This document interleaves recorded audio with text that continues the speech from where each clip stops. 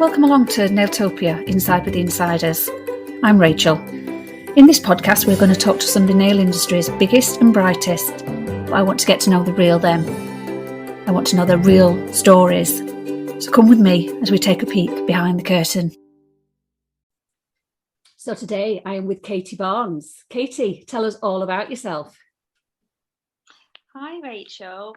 So I will start off with my nail journey. So when I was 15, my birthday's in the summer, so I left school, hated school and that kind of learning. Knew I didn't want to be at school, but had absolutely no idea what I wanted to do. So as we know, at 15, we think we're really grown up, and we're not. So we really have no idea. And I got stuck in an office job, which just wasn't for me, and had a little think about what I wanted to do. And I really enjoyed the idea of working in a salon. So I left my job and I went to college as, at that time, a mature student at 19 years old.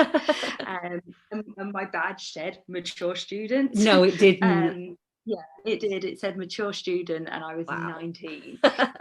So I did that, and I did beauty. Then I started working in a salon doing beauty, and I'd done a short 1 or 2 day nail course as well, just to have that on the side with acrylics. My college course had manicure and pedicure in, and the lady I worked with was always off sick. The nail lady, she could do a set in like an hour, she was always off sick, and I just felt really bad for customers that kept having to be rescheduled. So I spoke with some of them and said, I can do you, we can get you in, but I'm going to take like 4 hours. So I was sat there doing 4-hour sets, the pressure of this other lady that was doing them in an hour. And then they started asking for that was, pink and white. Yeah. And then they started asking for other things like these glitter tips. And I found glitters in the drawer, and I started introducing glitter tips. And that was when I was like, oh my God, nails. This is what I want to do, actually, not. And I was so in love with the beauty side.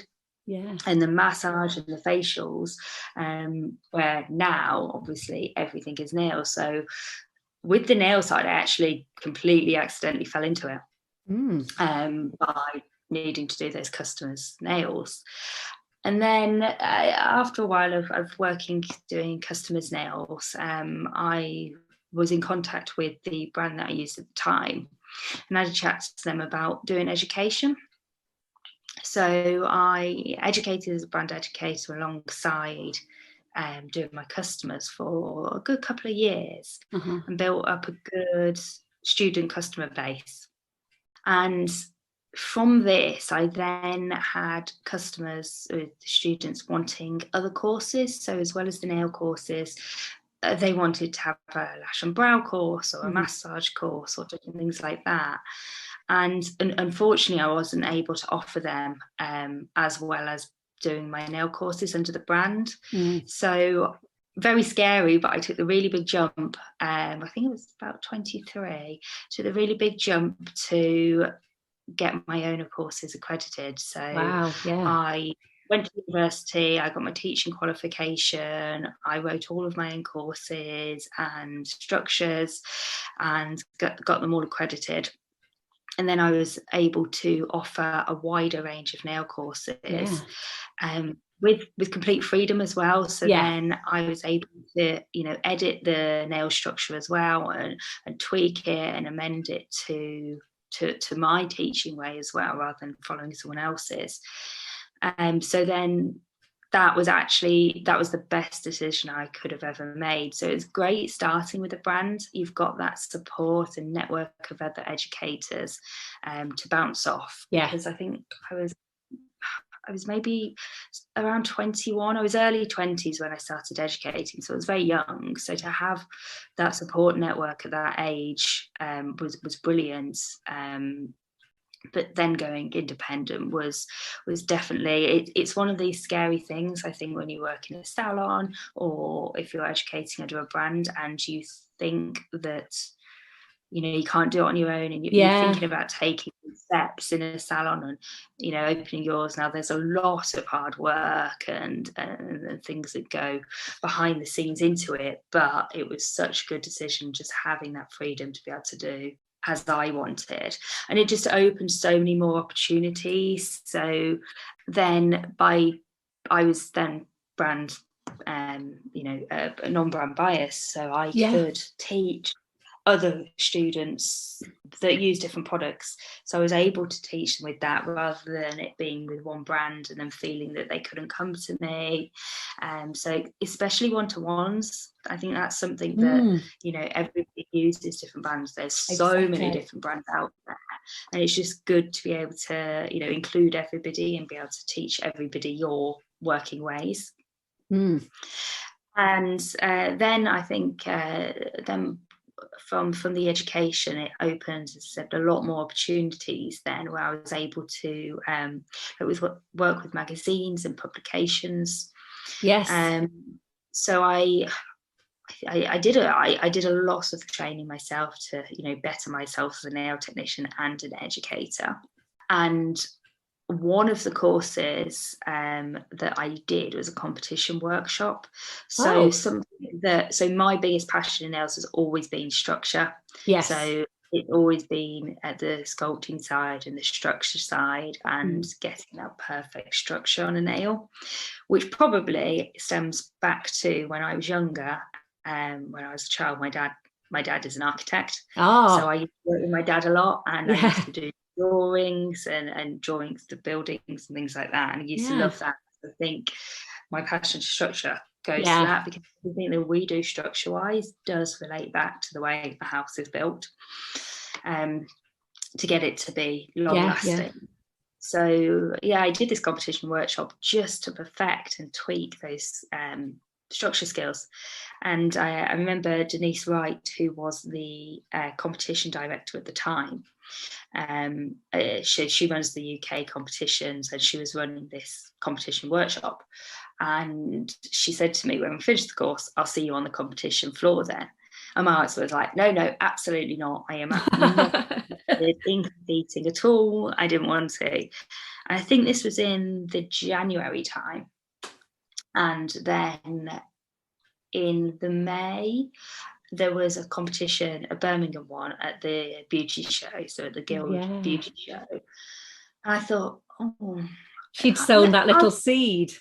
I'll see. Let's see what it's like. I'm just going to do it and see and improve my skills and see. So I signed up, and I started doing some practicing, and I entered, and I came 8th. Wow! In the first competition, I thought, that was quite fun. All right, maybe I'll just do one more and see if I can improve on myself. You were hooked. And then in the September, October time, there was another competition at Manchester show, and then I came 2nd in the same category. Crikey! And I think I'd improved my personal score by 40 points in those few months. And that was it. Then I'd got the bug. I'd seen the improvement in my work as well. So over just those short months, by practicing and working on the points that the judges had said and the feedback, I'd seen such an improvement in my work. So filing and time and product control and things like that. So I continued competing regularly for a good few years. I can honestly say that the success of my work and the standard of my work is down to competing. So not the winning side or anything like that. So whilst it's amazing to win, everybody enters with the hope that you'll win. Of course you do. But it's the feedback and the practicing and the way it opens your eyes to look at your work in a completely different way. Like that big jump, that 40% jump happen. So I think that feedback is really, really valuable, because, as I said, you go into a competition, you enter because you believe in your skills and you think you're good. So if you just got a place of number 20 and thought, hang on, I've come 20th, I'm not that bad, that is automatically what you'd think. You wouldn't then think, oh, well, this was wrong. Now, you can do a competition yourself and think, yeah, I know I really messed up this section, but that's only a little bit. So why am I still 20th? You do think I'm not that bad. And that can then knock your confidence. The feedback is, so with UK, each one's different, but for example, the UK ones, each judge, so there's 5 judges, for example, each judge has 5 sections, like 5 points, categories to judge on. So they don't also see what the other judge has done. So it can't, it's not biased. Someone else is. And for example, if one judge was really strict or one judge was really nice, and a bit over generous, that's only 5 sections out of 5 different judges. So it's actually a very small part. So there might be some areas where you're getting lower marks.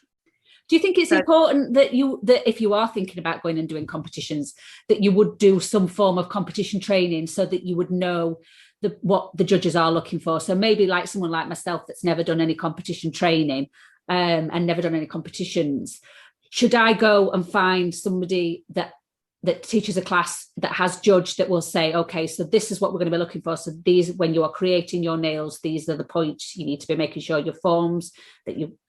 Do you think that that's important, or just risk it and do it? Honestly, I would say it's a must, because it's understanding those score sheets. So say 60% of your score is understanding that score sheet. Only 40% is then skill. So it's really, and it is changing that mindset. So when I do competition training, but I do a competition boot camp. So on every bit of training, we have that score sheet with us. We break it down, we point it. I get them to, match their nails against it. We do a little mock competition at the end where it's wow. And I break down and I show them, right, you have a 5 because of X, X, X, X, X. And they really then do understand the score sheet. So I think that is, really important. And so you don't feel bad as well, because on the score sheet, it's pointed 1 to 10. Who can honestly say under those conditions in general you make everything absolutely 100% flawless? That's very rare. I'm going to say there's nothing in the world that is ever 100% flawless. Perfect. So like a 10 is almost, you can of course get it, but you're not going to be aiming for your 10s. A 7-8 is a 6-7 is high salon skills. So I always say, if you are first ever entering a competition, aim for 5s. Anything above is a bonus, because if you are, you work in a salon, you think you're doing good work, you're happy with your work, you enter a competition, that's probably where you are. So to be getting 5s isn't a bad thing, but if you didn't know or understand the score sheet, you'd think that was bad. 5, it's bad. I would. Is your advanced nail tech. So if you're, like your senior nail tech in your salon, that's sort of those points. And then higher is obviously amazing. A 4 is like your lower salon tech, but it could. And then your 0 to 4 is you've made a mistake. So you've cut them, you've snapped a nail, you've done something completely wrong by mistake. You generally know at that point, okay, I really messed that one nail up, or I really messed that one section up. And for example, you have to do some painting. So if you didn't have time to get the paint on, it would be a 0 because there is no paint to judge. Oh, well, that's But if you slapped one really bad coat on, it might be bad. It's going to at least be a 1 because it's there. It's on. Well, I suppose when you think of it that way, the score sheet and understanding the score sheet of, right, I've got 1 minute to go, I'm going to slap a really bad polish on. It's not good. It's going to be all the way up to their elbow. It's present, so it can be judged, so I can at least get 1 point. Well, I want to go compete now. Sign me up, I'm in. So let's talk about what else you do, because you've got a tool range. Tell me about how the tool range came about, and then we'll talk about my favourite product you do in a little while. So the tool range came about. So when I was teaching for a brand, we provided the brand kits. When I was then teaching independently, I sourced kits for my students that were my favourite products. So I tried many brands out and products, and there's, for example, I love the gel polish from one, I love the acrylic from another. So I was able to source and provide my own kits for students. But then there were other things that they always wanted to go alongside kits that they wanted to buy. And they'd ask for my recommendations, I'd provide them. But they really wanted to come to the course and get that product on the day. Yeah. Because this is the sort of culture we are. We want it now. We want it yesterday. We don't want to then go home, order it online, and wait a couple of days for it to come. I must admit, I'm guilty of that. I'm immediate gratification is needed. Absolutely, especially with glitters and colours. Oh, nail fix, definitely. So I started stocking some other bits to go alongside, even just some of the, I can't remember what I started with now, but for example, like some glitters or some colours and the accessories that go with it. So, for example, a brush came in their kit, but a brush holder didn't. So I started, stocking some of these things on the side. And then I always sort of love Crystal Nails products, so I stock their products, some of their extra things, and some other brands and things that I spoke with and stock those. So I'd always sort of sold products, and that started to get really, really popular. And from the competition background, I'd always tailored my own tools. So, for example, my cuticle pusher, it was never sharp enough. So I sharpened it myself, I filed it into shape, and I got it sharper. For competitions, anyone that competes, for example, we use these C-curve sticks. So the metal rods, you take file paper, you stick it on and cut it. And, so I was constantly like making and tweaking my own tools, which is a bit of a pain. And it's not the best because it's like a handmade version. So from this came the tool range. So I didn't want to do tools, the standard tools that are, that are already out there. I wanted to fill that gap in the market where there were tools that we were competitors were having to make and make it in an actual product. And then again, I loved scissors. I'd never got on with nippers. When I was at college doing manicures, I remember with nippers, I was taught to cut and pull. Don't worry if the customer bleeds, it will heal. That's how I was taught by college. I'm left-handed as well. Yeah. So I find things hard to use anyway. And I can't. Did you say you were left-handed in the No, shop but before? the girl that works with me, Jilly, she's left-handed, and we've actually organised the salon desk so that we've moved sides so that because the plug sockets for left, so with holding her e-file and everything.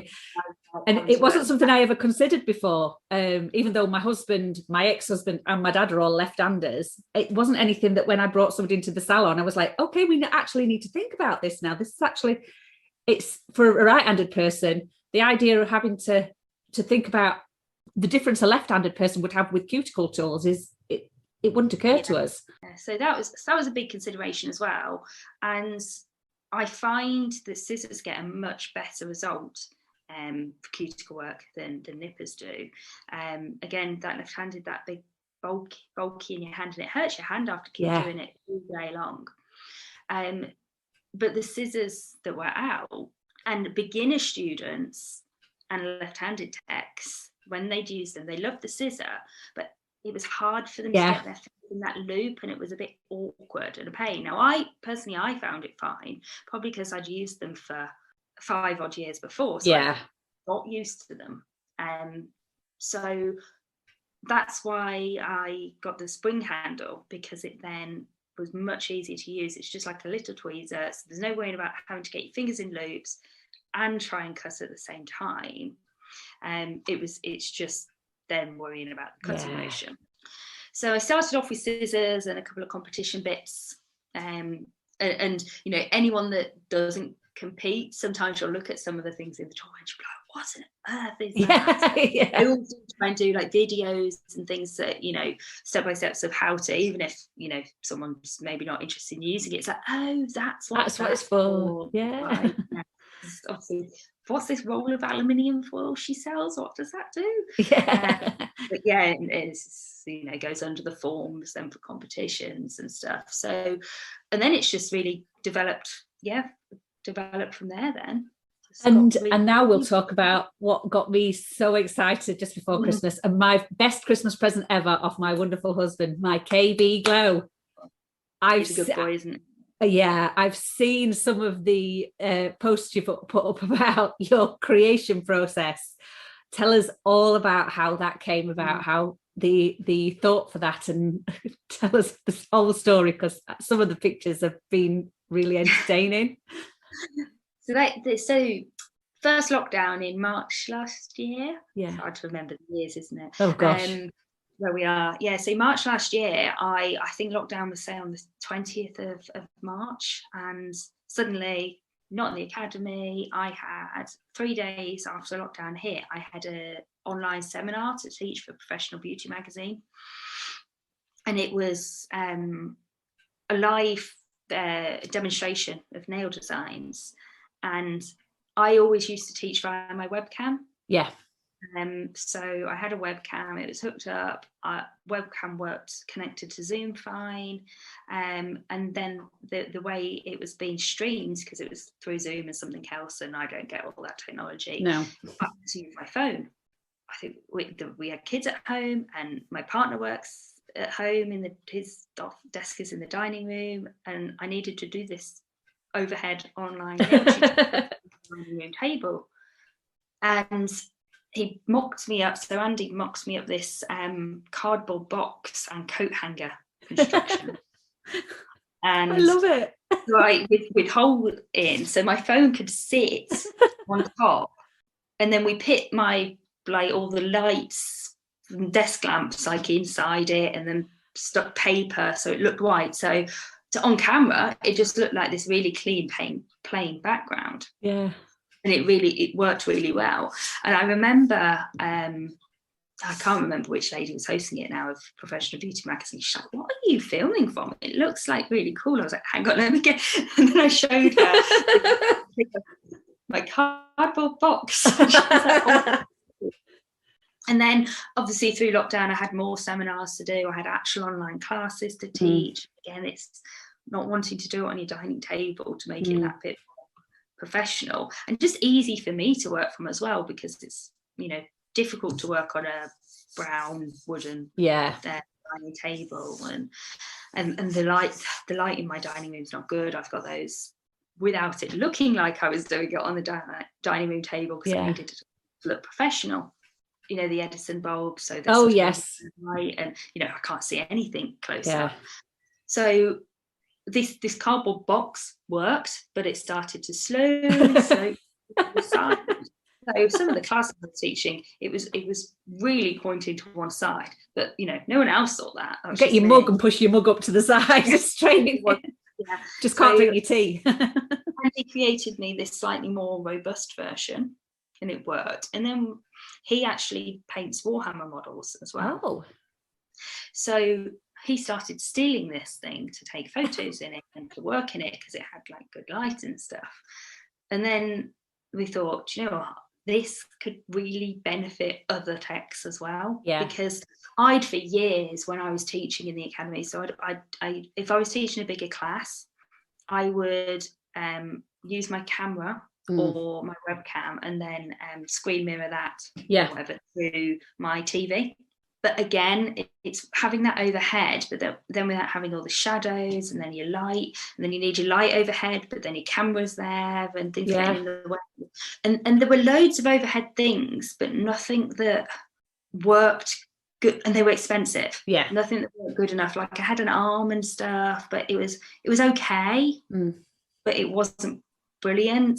And like it wouldn't have gone on my dining table because it's this chunky wood. And so reels, like someone, Erin showed me how to do these real things. I was like, I can't do these are far too modern and complicated. And actually now it's really quite easy now. I can do it, but just you'll have to show me.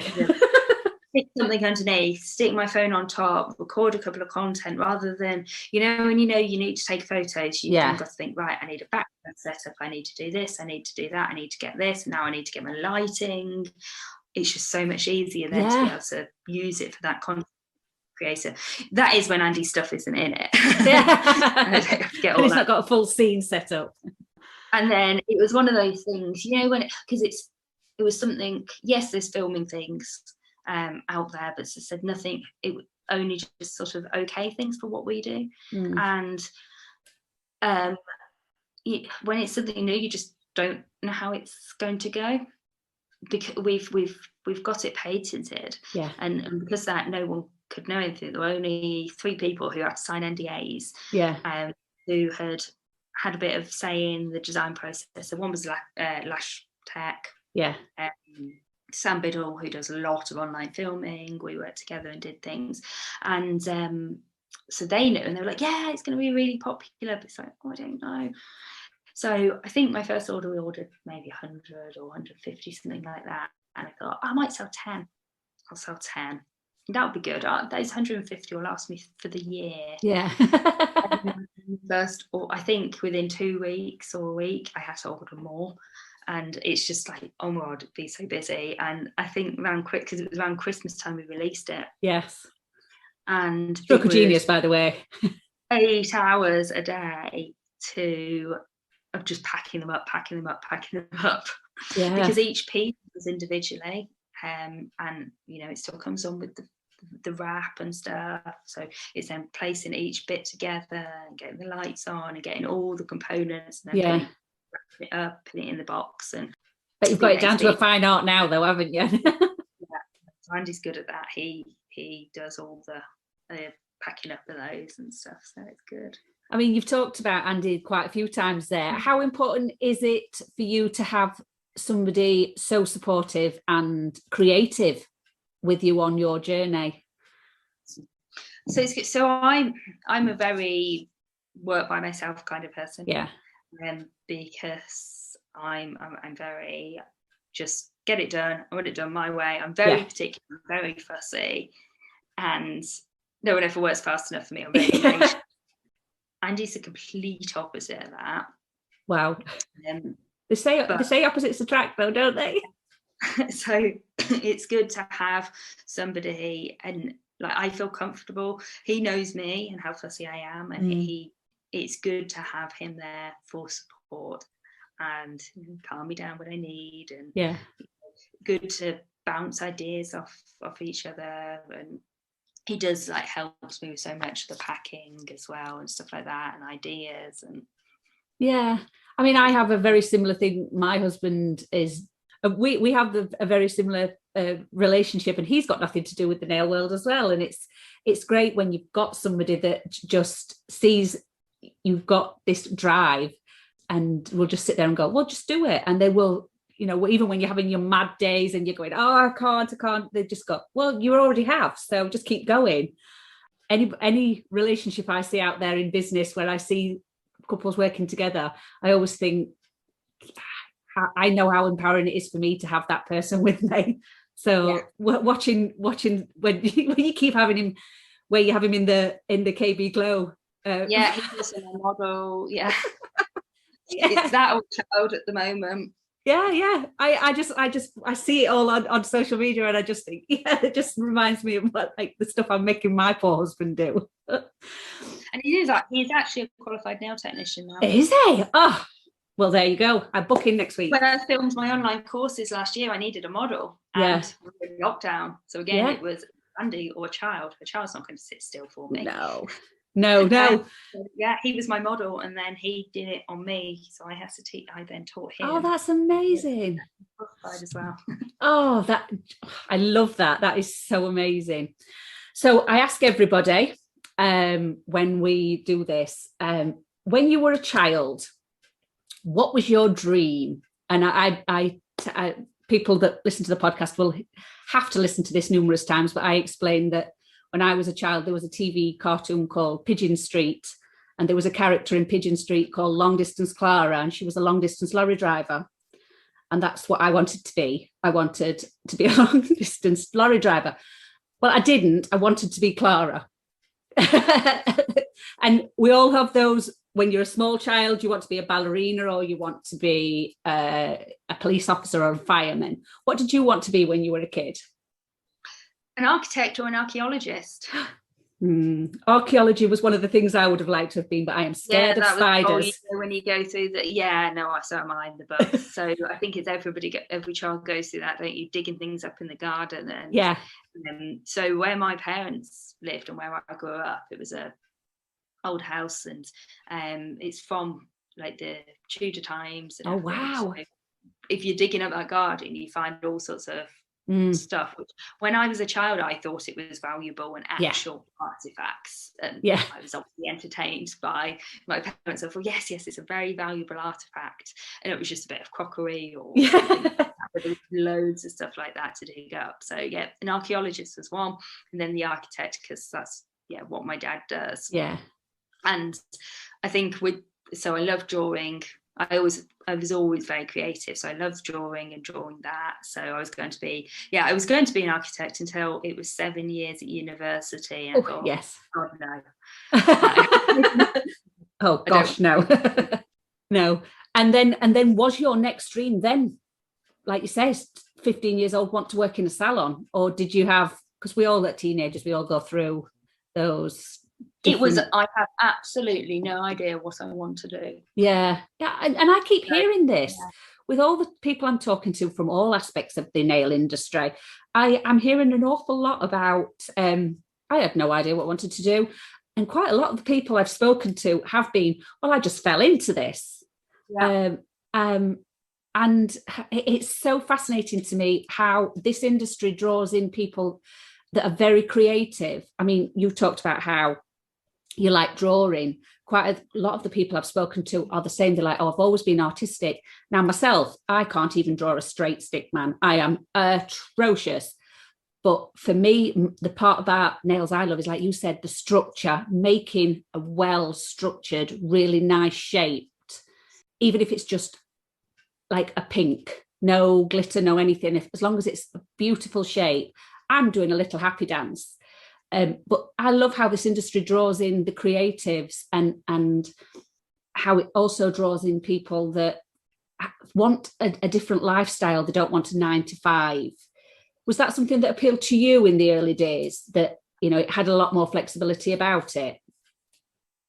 Yeah, so I was always, I started off self-employed rather than employed, and it works in the way that you can sort of set your own hours. So I think when I very first started, I had a boyfriend at university in Aberystwyth. So we're in the Midlands, so it's like a 4-hour drive.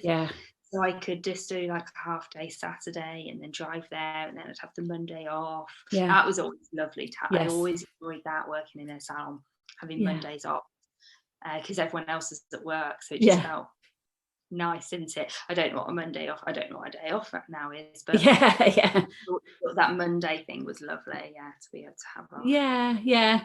And I've talked with quite a few people about the advent of social media and how that's impacted and raised up and sometimes brought down the nail industry.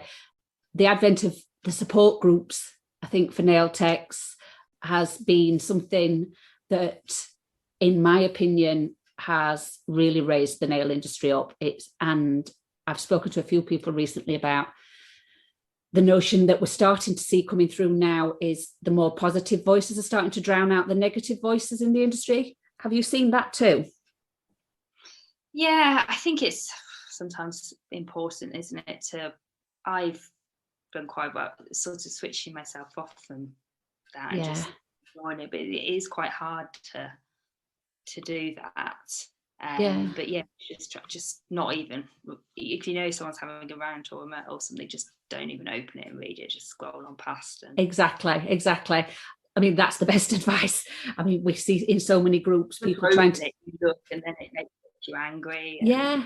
Yeah, we hear so many, I see so many posts in groups and somebody sent me this and what do I do about it? At the end of the day, if it's bothering you, just ignore it. If it was said to you in the street, you'd walk away and not think about it again just because it was written down. Doesn't mean you have to then take it on board. Yeah. So what is coming up next for Katie Barnes, for the Katie Barnes juggernaut? So we've got a few new tools. We have a new product that has landed that is top secret. So we're just designing some other bits to go with it. It's one of those, and you've got it, but you can't do anything with it yet. So it's in our storage unit in boxes. So that will hopefully be around in the next few months. And then this one I can talk about because I've mentioned it on my social media, designing a second cuticle tool, like a smaller one with a different end. Oh, nice. So I've been working with customers to design something extra that they'd actually, that they want to see. So like what kind of end do they want on the other side of the pusher, and I think it's some add-ons for the glow really. So oh wow, those bits. So a carry case, but one that works for it.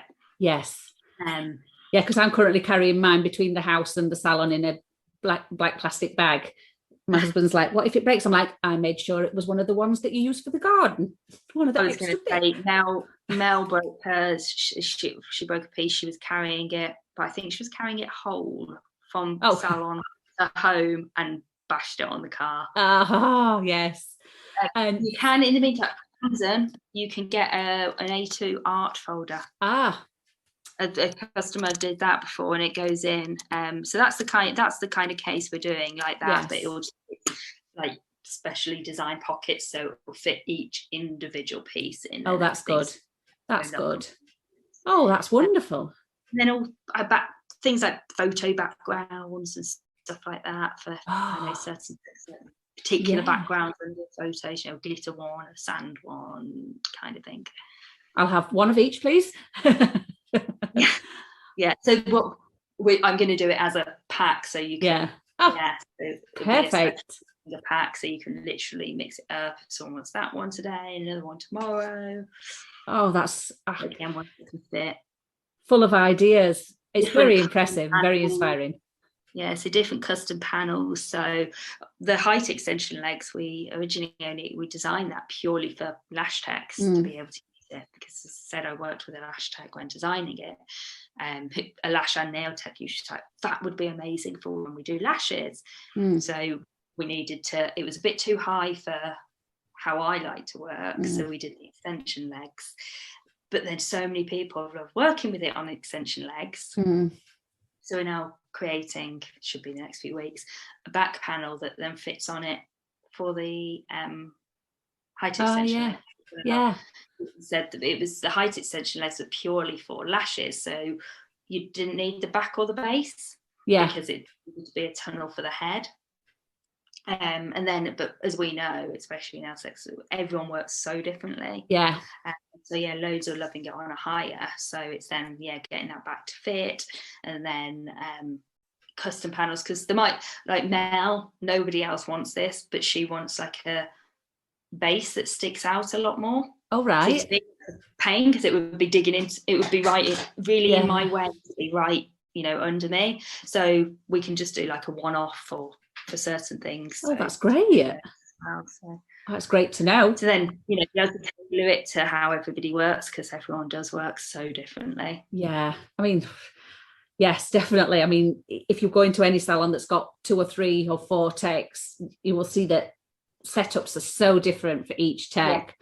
And I get really anxious if my stuff's out of sync, so to speak, on my desk, if I put something in the wrong place.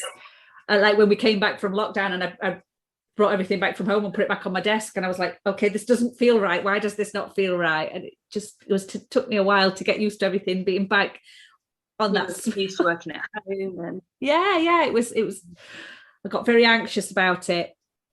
But Katie, I mean, this morning I was so excited. I was like, oh, this is so good. I can't wait, because like I said, the KV Glow was just the best Christmas present I've ever had. And I was so excited to talk to you today. It was my Christmas present from my husband. Was it? Did you know he was getting it? You? No, he didn't surprise me. No, I sent him the link to the video while you were doing a live, and I was like, I want this. And then then the next minute my phone pinged, and I was like, who's put money in my bank account? And then it was followed by a text message saying, just get it. I was like, yeah. So yes, so you ordered. I did order it, yes, but he was like, just get it. He ended up ordering the wrong thing, wouldn't he? Yeah. Well, yes, he would have done. In fact, he's worse than me. He probably would have ordered like the whole range. Then I'd have been like, well, I've no use for that, and I've no use for that, and I've no use for that. He's very generous, my husband. He did have very good husbands at Christmas time. They bought the glass, or they got the a couple of people for friends actually that had seen and said, my friend's doing good press on business. I know it'd be really good for photos. I'm going to treat her. Yeah. Oh, I think this last year's brought out, in a lot of people, it's brought out the very best. And unfortunately, that's not always the case. And it could have so easily gone the other way, and the world could have been such a horrible place for a year and a bit. But I think as a humankind, we've definitely tried to be better this last year, and that shows you there when they're buying friends something like that for their Christmas presents. It's just so heartwarming. Yeah, and it's not when you in the little notes order and I see someone says, oh, I'm back, or they've emailed me to explain who they are and they've got the right thing and what they're doing, and could have pop a note in. And I'm a crier, Kitty. I'm going to cry. The minute I turn the video off, I'm going to be like, oh, people are so nice. And I'm going to cry for about an hour because I'm just such an emotional crier. So thank you so much for today. And will you be at the Scratch Star Awards? Who knows with anything this year? I know. You've been quite you've been quite a feature there over the last few years, haven't you? So in a normal world, yes, I will be there. But who knows? Well, yes. Fingers crossed that all these things are going to go forward. And well, if you are, I might see you there. I've treated myself and my husband to tickets. Have a glass of something fizzy, and I will speak to you very soon. Thank you so much for today. Thank you for having me. Thank you for listening to today's episode of Nailtopia Inside with the Insiders. If you have enjoyed it, you can show me your support by heading over to buymeacoffee.com/Nailtopia, where you can help keep me in Yorkshire tea and savvy bee, enabling me to keep chatting to nail industry insiders with the stories you just need to hear. You can also check out what else Nailtopia is about on both Facebook and Instagram.